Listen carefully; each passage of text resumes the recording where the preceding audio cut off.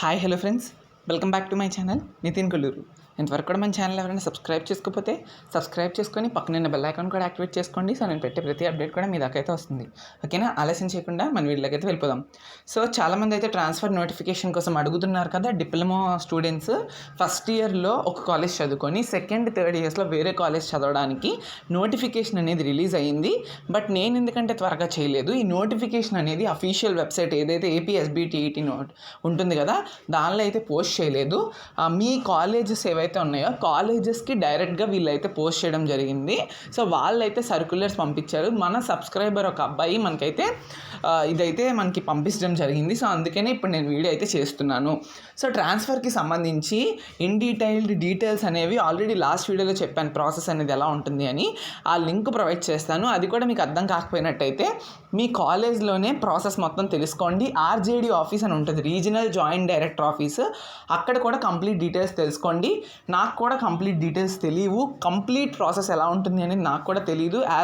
చాలా తక్కువ మంది ట్రాన్స్ఫర్ అవుతూ ఉంటారు కాబట్టి సో నాకు కూడా కంప్లీట్ డీటెయిల్స్ అయితే తెలియవు. సో మిగతావన్నీ కూడా మీరైతే చూసుకోండి. సో జస్ట్ ఈ నోటిఫికేషన్ వరకు నేను చదివి వినిపిస్తాను. ఎవరికైతే కాలేజ్లో ట్రాన్స్ఫర్ కోసం చెప్పలేదు అండ్ అలానే ఏమేమి సర్టిఫికేట్స్ ఎవరెవరు ట్రాన్స్ఫర్ అవ్వచ్చు అనేది కూడా ఈ వీడియోలో నేను చెప్తాను. జాగ్రత్తగా వినండి. ఆ లింక్ కూడా వీడియో కింద ఇస్తాను. మీ కాలేజ్లో ఎవరైతే ట్రాన్స్ఫర్కి సంబంధించిన బాధ్యతలు తీసుకుంటారో వాళ్ళు ద్వారా మీరైతే అడగండి. మ్యాక్సిమం ఇన్ఫర్మేషన్ వస్తుంది, వర్రీ కాకండి. ఓకేనా? సో ఇప్పుడు చూద్దాం. సో ఇదైతే మనకి సబ్జెక్ట్ అంతా అనవసరం. ఏంటి అంటే టోటల్గా ఇక్కడ ఉన్న మ్యాటర్ మీకు చెప్తాను, మొత్తం అంతా అనవసరం. 2021, 2022కి సంబంధించిన అకాడమిక్ ఇయర్ స్టూడెంట్స్ మాత్రమే దీనికి ఎలిజిబుల్ ఈ ట్రాన్స్ఫర్కి. సో అది కూడా ఎవరైతే సెప్టెంబర్, అక్టోబర్ మొన్న జరిగిన ఫస్ట్ ఇయర్ ఎగ్జామినేషన్స్ అయితే రాసున్నారో వాళ్ళు మాత్రమే ఎలిజిబుల్ అవుతారు. రాయలేని వాళ్ళు ఎలిజిబుల్ కారు. ఆ తర్వాత ఇక్కడ ఏమి ఇచ్చారంటే ఈ నోటిఫికేషన్ ఏదైతే ఇక్కడ చూపిస్తున్నానో మీకు, ఈ నోటిఫికేషన్ కంప్లీట్గా కూడా 21st అంటే ఈరోజు రిలీజ్ అయింది. ఇది ప్రతి ప్రిన్సిపల్కి వెళ్ళుంటుంది, ప్రతి ప్రిన్సిపల్స్కి వెళ్ళుంటుంది. వాళ్ళు క్లాస్ రూమ్లోకి వచ్చి అనౌన్స్ చేసి ఉంటారు. ఎవరైనా చేయకపోయినా కూడా ఇక్కడ తెలుసుకోవచ్చు. సో ఏంటి అంటే కంప్లీట్గా ఎవరైతే ఎలిజిబుల్ ఉన్నారో, ట్రాన్స్ఫర్ అవ్వాలని విల్లింగ్గా ఉంటున్నారో వాళ్ళకి మాత్రమే ఆర్జీడీ రీజనల్ జాయింట్ డైరెక్టర్ అని చెప్పి ఉంటుంది. దానికి సంబంధించి అప్లికేషన్ ఉంటుంది. మీరు వేరే కాలేజ్కి ట్రాన్స్ఫర్ అవ్వాలనుకుంటున్నారు కాబట్టి అప్లికేషన్ ఉంటుంది. ఆ అప్లికేషన్ అనేది కాలేజ్ వాళ్ళే ప్రొవైడ్ చేస్తారని ఇక్కడ రాసున్నారు. సో అది మరి మీరు మీ కాలేజెస్ ఎవరైతే ఉన్నారో మేనేజ్మెంట్ని వాళ్ళైతే అడగండి ఒకసారి. కాలేజ్ వాళ్ళే ప్రొవైడ్ చేస్తారని ఇక్కడ రాసున్నారు. లేదంటే మీరే ఆర్జేడీకి సంబంధించి వెళ్ళి తెచ్చుకోవాల్సి వస్తుంది. అదంతా మీ ప్రాసెస్ మీరు చూసుకోవాలి ఎలా జరుగుతుంది అని. ఆ తర్వాత ఏంటి అంటే ఓన్లీ కొన్ని ఇక్కడ అటాచ్మెంట్స్ ఇచ్చారు. ఆ అప్లికేషన్లో మొత్తం అంతా ఫిల్ చేసిన తర్వాత ఏదైతే అప్లికేషన్ ఫిల్ ఉంది కదా ఆ ఫిల్ చేసింది అనేది మీకు ఎవరైతే మేనేజ్మెంట్ ఉన్నదో ఆ మేనేజ్మెంట్ అప్లికేషన్ మీకు ఇస్తుంది. మీరు ఫిల్ చేసి దాంతో పాటుగా కొన్ని సర్టిఫికేట్స్ అనేది అటాచ్ చేయాల్సి వస్తుంది అవసరం. ఆ అటాచ్ చేసేటప్పుడు అటాచ్ చేసేసి అది మళ్ళీ RJD office, regional joint director ఆఫీస్కి వెళ్ళిపోతుంది. దానికి డేట్స్ కూడా ఇచ్చున్నారు. డేట్స్ చూద్దాం చూడండి. Commencement of receipt of applications రేపటి నుండి మీకు స్టార్ట్ అవుతుంది. Last date of receipt of applications by the principal. So 30th end అవుతుంది. Last date on which applications are to be received by RJD. Third లోపు మీకైతే 30th లోపలే మీకు అన్నీ ఇస్తారు. మీ ప్రాసెస్ అంతా అప్లికేషన్ ఫిల్ చేసేసి ఏవైతే అటాచ్ చేయమన్నారో అవి అటాచ్ చేసేసి ఆ తర్వాత 3rd లోపు వాళ్ళకి ఎవరైతే ఆర్జేడీ ఆఫీసర్స్ ఉన్నారు కదా వాళ్ళ డిపార్ట్మెంట్కి అయితే వెళ్ళిపోవాలి. తర్వాత ఇంకెటువంటి డేట్ అయితే ఎక్స్టెన్షన్ లేదు అని ఈ నోటిఫికేషన్ సర్క్యులర్లో మెన్షన్ చేసున్నారు. ఆ తర్వాత నెక్స్ట్ ఏంటి అంటే ఆ అప్లికేషన్ ఫామ్తో పాటు ఏమి మనం అటాచ్ చేయాలి అంటే ఇక్కడ కొన్ని సర్టిఫికేట్స్ ఇచ్చారు. ఇక్కడ చూడండి, రెసిడెన్షియల్ సర్టిఫికేట్ ఆఫ్ పేరెంట్స్ అంట. మీకు మీ పేరెంట్స్కి రెసిడెన్షియల్ సర్టిఫికేట్ ఉంటుంది. ఆ రెసిడెన్షియల్ సర్టిఫికేట్ అంటే మీరు ఎక్కడ ఉంటున్నారు, నివాసం ఉంటున్న ప్రాంతం తెలుగులో చెప్పాలంటే అది. ఆ రెసిడెన్షియల్ సర్టిఫికేట్ చేయించుకొని తహసీల్దార్ ఉంటారు. తహసీల్దార్ కన్నా తక్కువగా ఉన్న పోస్టుల వాళ్ళు సైన్ పెట్టినా పనికిరాదు. అదే మెన్షన్ చేశారు ఇక్కడ.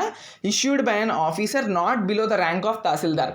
మనకి పొజిషన్స్ ఉంటాయి కదా, ఎంఆర్ఓ, విఆర్ఓ అలా ఉంటాయి కదా. ఆ పొజిషన్స్ అనేవి తహసీల్దార్ కన్నా తక్కువగా ఉండేటట్టు చూసుకోకూడదు. తహసీల్దార్ కన్నా తక్కువగా ఉన్న పోస్టుల వాళ్ళు ఆ రెసిడెన్షియల్ సర్టిఫికేట్ మీద ఎవరు సైన్ చేసినా ఆ రెసిడెన్షియల్ సర్టిఫికేట్ అనేది వర్తీ కాదు, పని చేయదు అని చెప్తున్నారు ఇక్కడ. అది మీకు ఉండాలంట. మరి వాళ్ళు రాసిన దాని ప్రకారం the following documents are to be attached with the transfer application as per GOs అని చెప్పి రాసేశారు. తర్వాత సర్వీస్ సర్టిఫికేట్ ఆఫ్ పేరెంట్స్ అని అడుగుతున్నారు, అది చూసుకోండి. తర్వాత higher education study certificate not below intermediate, ఇదొకటి చూసుకోండి. No objection certificate. ఈ నో అబ్జెక్షన్ సర్టిఫికేట్ అంటే ఏంటి అంటే, మీరు మీ కాలేజ్ నుంచి మీ కాలేజ్ మేనేజ్మెంట్కి వేరే కాలేజ్కి మీకు ట్రాన్స్ఫర్ చేయడానికి ఇష్టమా కాదా అని చెప్పి ఒక no objection letter, we are willing to transfer the particular girl or boy into particular college. నేను ఆల్రెడీ ప్రీవియస్ వీడియోలో చెప్పాను దీనికోసం లెటర్ ఉండాలి అని.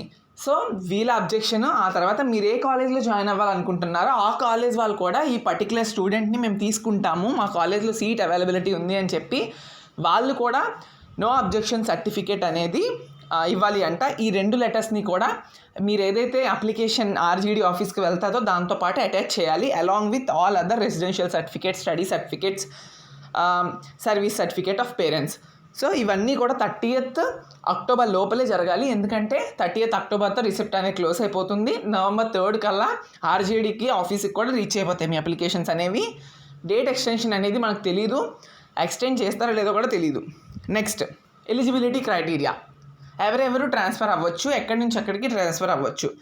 The transfers are effected on merit bases only.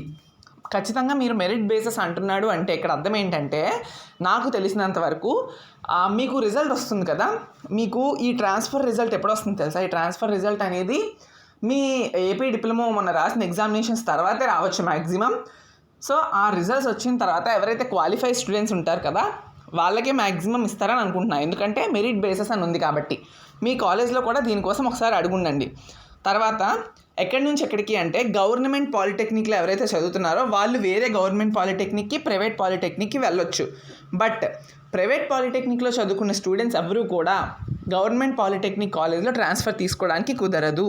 Okay, that's the point clear. Next, private polytechnic నుండి private polytechnic వెళ్ళొచ్చు తప్ప private నుండి గవర్నమెంట్ వెళ్ళకూడదు. బట్ గవర్నమెంట్ పాలిటెక్నిక్లో చదువుతున్న వాళ్ళు గవర్నమెంట్ టు గవర్నమెంట్ వెళ్ళొచ్చు, గవర్నమెంట్ టు ప్రైవేట్ కూడా ట్రాన్స్ఫర్ అవ్వచ్చు. తర్వాత from GMR polytechnic to GMR polytechnic only or any other polytechnic. So అక్కడ ఎగ్జాంపుల్ ఇచ్చాడు, అంతకుమించి ఏమీ లేదు, అర్థమైంది కదా. ఇది టోటల్గా మీకు ఇచ్చిన ఈ details. The student has to submit his her parents residential certificate or Aadhaar card. So చూడండి ఇక్కడ నోట్ ఇచ్చాడు, the student has to submit his her parent residential certificate or Aadhaar card కూడా అంటున్నాడు. సో ఆ రెసిడెన్షియల్ సర్టిఫికేట్ బదులు ఆధార్ కార్డ్ కూడా submit చేయొచ్చు అని నోట్లో మెన్షన్ చేశాడు. మీ కాలేజ్ మేనేజ్మెంట్ని ఒకసారి అడిగేసి రిమైనింగ్ డీటెయిల్స్ అన్నీ కూడా మీరు చూసుకొని అయితే మీరు అప్లికేషన్ని మీరు ఇవ్వాల్సిన అవసరం లేదు. ఇక్కడ ఏం రాశారు, ఇక్కడ అప్లికేషన్స్ చూడండి, applications of students who are seeking transfers to other reasons shall be send to respective regional joint directors through principal. మీరు వెళ్ళాల్సిన అవసరం లేదన్నట్టుగానే మెన్షన్ చేశారు. మీకు ఆర్జేడీ ఆఫీస్ నుండి అప్లికేషన్స్ వస్తాయి, అప్లికేషన్స్ అనేవి ఫిల్ చేసి ఇక్కడ ఇచ్చిన డాక్యుమెంట్స్ని అటాచ్ చేసి ప్రిన్సిపల్స్కి ఇస్తే ప్రిన్సిపల్స్ ద్వారా ఆర్జేడీ ఆఫీస్కి నవంబర్ 3 లోపు వెళ్ళాలి అని చెప్పి అక్కడైతే రాసున్నారు. Applications after due date will not be entertained under any circumstances. Due date అంటే నవంబర్ 3 తర్వాత ఎనీ సర్కమ్స్టాన్సెస్లోని ఆర్జేడీ ఆఫీస్కి రీచ్ అయినా వాళ్ళు కన్సిడర్ చేయరు అని చెప్తున్నారు. ఇదైతే టోటల్గా నోటిఫికేషన్. ఏమైనా డౌట్స్ ఉన్నట్టయితే నాకు అడగండి, మ్యాక్సిమం క్లారిఫై ట్రై చేస్తాను. మొత్తం అన్నీ చేస్తానని చెప్పలేను, ఎందుకంటే కంప్లీట్గా నాకు తెలీదు. ఈ నోటిఫికేషన్ మీకు ఎక్స్ప్లెయిన్ చేద్దామని మన సబ్స్క్రైబర్తో అడిగి పెట్టించాను అంతే.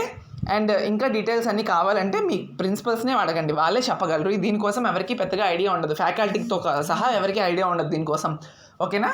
సో జస్ట్ చూసుకోండి. లేదా అంతగా డౌట్ ఉంటే ఆర్జేడీతో ప్రొసీడ్ అవ్వండి. రీజనల్ జాయింట్ డైరెక్టర్ ఆఫీసెస్ ఉంటాయి కదా, వాటిలో ఉన్న ట్రాన్స్ఫర్కి సంబంధించిన ఎవరైతే ఉంటారో వాళ్ళతో అయితే మీరు మాట్లాడడానికి ట్రై చేయండి. ఇదైతే ఈరోజు వీడియో నచ్చినట్టయితే లైక్ చేసి మీ ఫ్రెండ్స్తో కూడా షేర్ చేయండి. Thank you friends, thank you for watching this video.